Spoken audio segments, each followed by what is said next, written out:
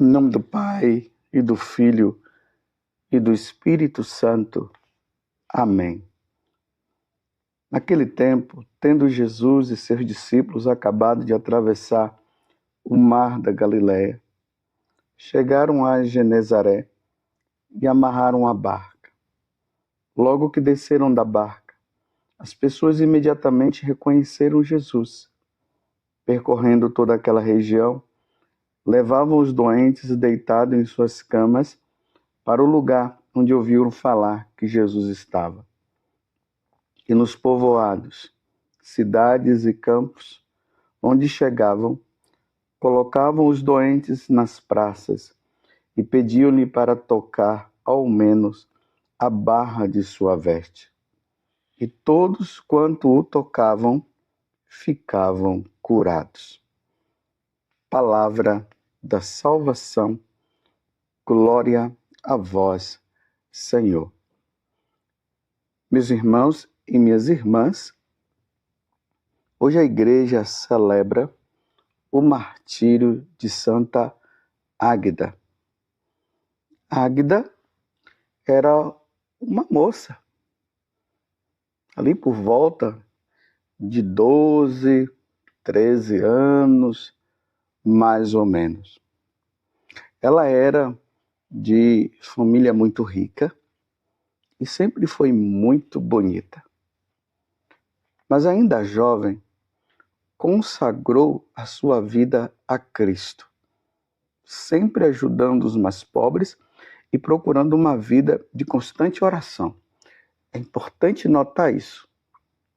Nesse mundo que nós estamos, onde a depravação está em alta, o sexo está em alta, nós nos deparamos com uma moça que já na sua tenra idade, ela amou tanto a nosso Senhor Jesus Cristo, que ela se consagrou a Ele.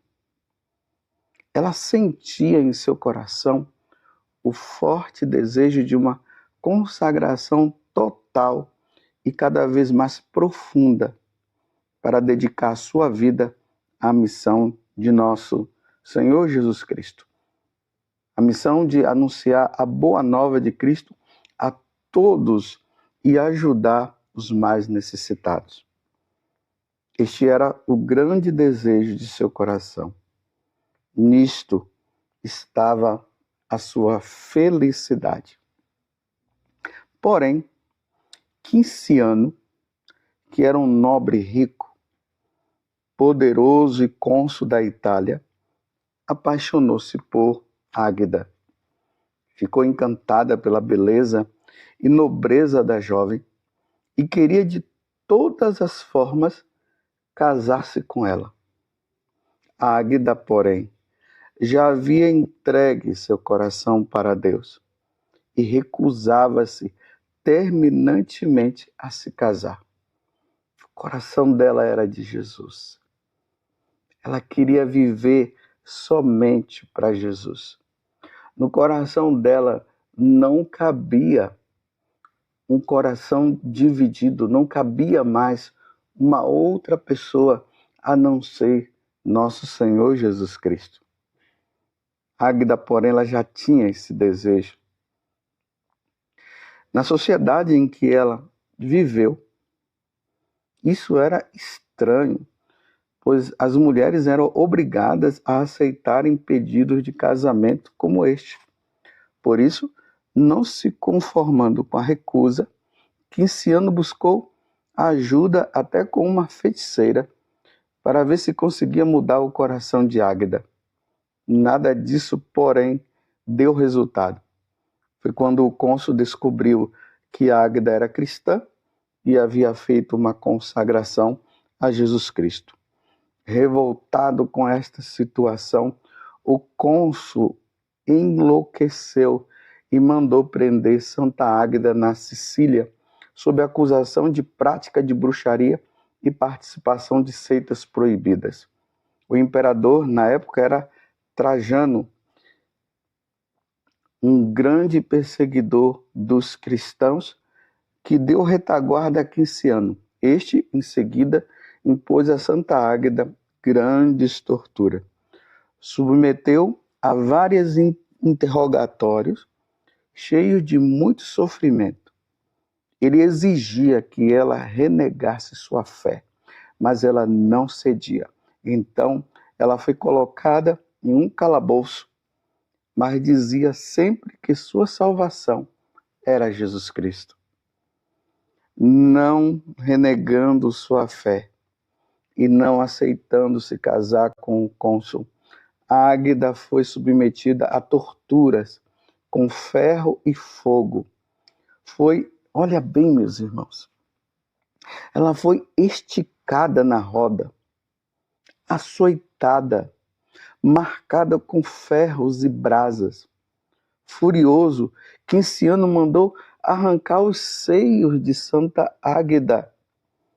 Depois jogaram-na no calabouço sem curativos. Lá, porém, ela teve uma visão de São Pedro com um anjo que a curou com olhos. Quinciano ficou furioso ao ver que ela estava curada.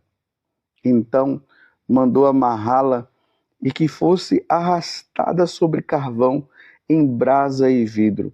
Santa Águeda rezava dizendo: Meu Senhor Jesus Cristo, vós sois o meu coração e a minha mente. Leve-me e faça-me sua. Santa Águeda pedia sua morte a Deus para aliviar seus sofrimentos. No meio das torturas de Santa Águeda, houve um grande tremor de terra por causa do vulcão Etna. Assim, Santa Águeda morreu de joelhos em oração, soterrada pelo terremoto. Era o dia 5 de fevereiro do ano 251, ou seja, no século III. Vocês entenderam, meu irmão? Meus irmãos?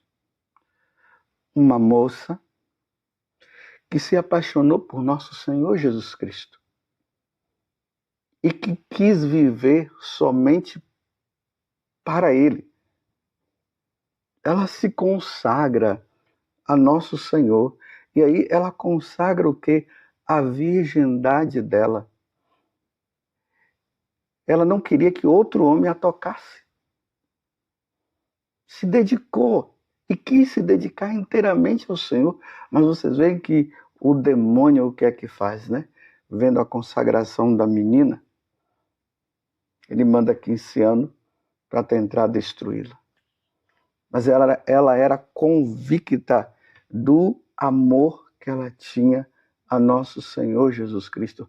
Ela não se entregou ao mundo. Ela não se entregou àquele homem, porque a vida dela estava toda voltada para nosso Senhor Jesus Cristo. Essa, meus irmãos, é a igreja de nosso Senhor. Essa é a igreja de nosso Senhor Jesus Cristo. Aonde as pessoas procuram, nós vimos no evangelho de hoje, as pessoas procurando Jesus para serem curadas, para serem libertas de todo o mal. Aonde Jesus ia, eles estavam atrás. E nós encontramos essa moça que ela se apaixona por nosso Senhor Jesus Cristo, querendo viver a pureza na mente, a pureza no coração. É interessante que nas bem-aventuranças lá vai dizer o seguinte: bem-aventurados os puros de coração, porque verão a Deus. Olha só, quem é que verá a Deus? Os puros de coração. Os que não mancharam o seu coração com o pecado da impureza, esses verão a Deus. Às vezes, os tempos que nós estamos vivendo, tempos difíceis. Tempos difíceis no mundo e tempos difíceis dentro da igreja. Satanás, ele quer uma igreja mundana. Ele quer os cristãos vivendo na mundanidade. E aí nós começamos a perceber que dentro da igreja existem dois grupos. O grupo daqueles que querem viver a pureza de coração como Santa Águeda e aqueles que acham que é possível viver na igreja e servir a Deus com o coração impuro. Difícil hoje nós percebermos que a virgindade ela se tornou um problema. Se uma moça se declara, ou um moço, né? Um rapaz, uma moça se declaram virgens, são caçoados. As pessoas fazem gozação. E são pessoas da igreja que vão dizer: você precisa aproveitar sua vida. Como é que você vai aproveitar sua vida assim? Com essa história, esse puritanismo, essas coisas do passado, isso aí já passou. Já passou? Nossa Senhora é pura e santa. Olhemos para Nossa Senhora. Jesus foi puro e santo. Jesus é puro e é Deus. Nossa Senhora é pura e santa. E como é que hoje se fala dentro da própria igreja que esse tipo de situação, sexo desregrado, adultério, pares homossexuais, vivendo uma vida toda errada, é permitido porque Deus é amor e Deus é misericórdia? Essa é a igreja mundana. Essa é a igreja mundana. Essa não é a igreja de Cristo. Dá para perceber que hoje, dentro da igreja católica, existe duas igrejas. Uma igreja do tudo que é permitido e a outra igreja onde as pessoas lutam para viver a santidade. Imagine um rapaz e uma moça que querem viver a modéstia. De repente a menina quer usar uma saia mais composta, um vestido composto. O rapaz querendo vestir uma calça, uma camisa composta. São chamados de velhos, são chamados de pessoas do passado, que não é bem assim. E é interessante que aquelas pessoas que vivem o contrário, por exemplo, a moça que veste uma saia bem curtinha, uma blusa bem curtinha, o rapaz uma calça apertadíssima, apertadíssima, eles não são criticados, são até apoiados, e apoiados até pela própria hierarquia da igreja. Aí a moça que quer vestir uma roupa mais composta, e o rapaz também, aí é criticado pela hierarquia da igreja. Por isso que eu estou dizendo que existem duas igrejas dentro de uma só. A igreja daqueles que querem buscar a pureza de coração, a santidade, e aqueles que querem viver uma vida relaxada. Mas Santa Águeda, ela aparece justamente para dizer isso. Sejamos puros de coração. Lutemos e nos consagremos a Deus. Nada de depravação, nada de impureza. Vida santa, santa como a Virgem Maria. Vida de pureza de coração. É assim. Mas o que é que vai acontecer com essas pessoas que vão desejar viver como Santa Águeda? Serão perseguidas. Serão perseguidas. São Paulo falando para Timóteo, ele já deixou esse conselho dizendo que aqueles que querem viver uma vida piedosa serão perseguidos. Então, se você está sendo perseguido, se você está sendo perseguida porque você quer viver a virgindade, você quer viver a pureza de coração, você não está permitindo que o seu namorado faça coisas com você que não é permitido, ou a sua namorada que quer fazer coisas com você que não é permitido, você vai ser perseguido. Não desista. Porque nós vivemos tempos difíceis. Imagina, eu fico impressionado quando eu encontro jovens que diz que seus pais permitem que o namorado durma na casa dela e no quarto dela.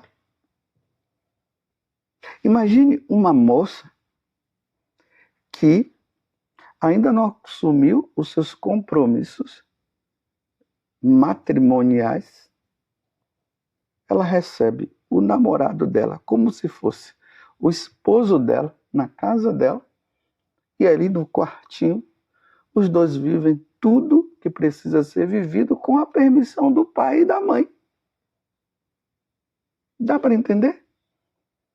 Então, o pai e a mãe estão abençoando, e aqui eu estou ironizando, porque isso não é bênção, abençoando e permitindo que a sua filha se entregue ao namorado, para que ela não faça isso lá fora, então faz dentro de casa. Então significa que essa casa é uma casa que é um motel. O pai e a mãe que permite que seu filho ou sua filha viva isso, estão pecando mortalmente, não estão cumprindo a missão que eles prometeram no dia em que casaram, de educar os seus filhos na lei de Deus e da igreja. A filha está pecando, o filho está pecando, o pai está pecando. Isso é pecado mortal, isso é pecado grave. Não se pode comungar, não. É preciso buscar um sacerdote, se confessar e viver uma vida santa e mudar esse tipo de comportamento. Mas o lamentável, eu repito mais uma vez, que nessa igreja que eu estou dizendo, que a gente percebe que existe duas igrejas, existe aqueles sacerdotes que dizem não tem problema, o importante é que eles sejam felizes. Não tem problema, o importante é que eles sejam felizes. Então a felicidade está na depravação? A felicidade está no não cumprimento da vontade de Deus? Aonde Jesus fala que os puros verão a Deus? Se Jesus está dizendo que os puros verão a Deus, o que está por trás dessa palavra é que os impuros não verão a Deus. Imagine aquele jovem ou aquela jovem, até mesmo um adulto, que vive uma vida dessa e depois morre. Ah, não vem agora me dizer que um homem, uma mulher que vive numa depravação, um rapaz, uma moça que vive numa depravação dessa forma, depois da morte, eles serão acolhidos no céu por Deus. Ainda mais que está agora essa história de que o inferno está vazio. Se o inferno está vazio, então qualquer pessoa está indo para o céu agora.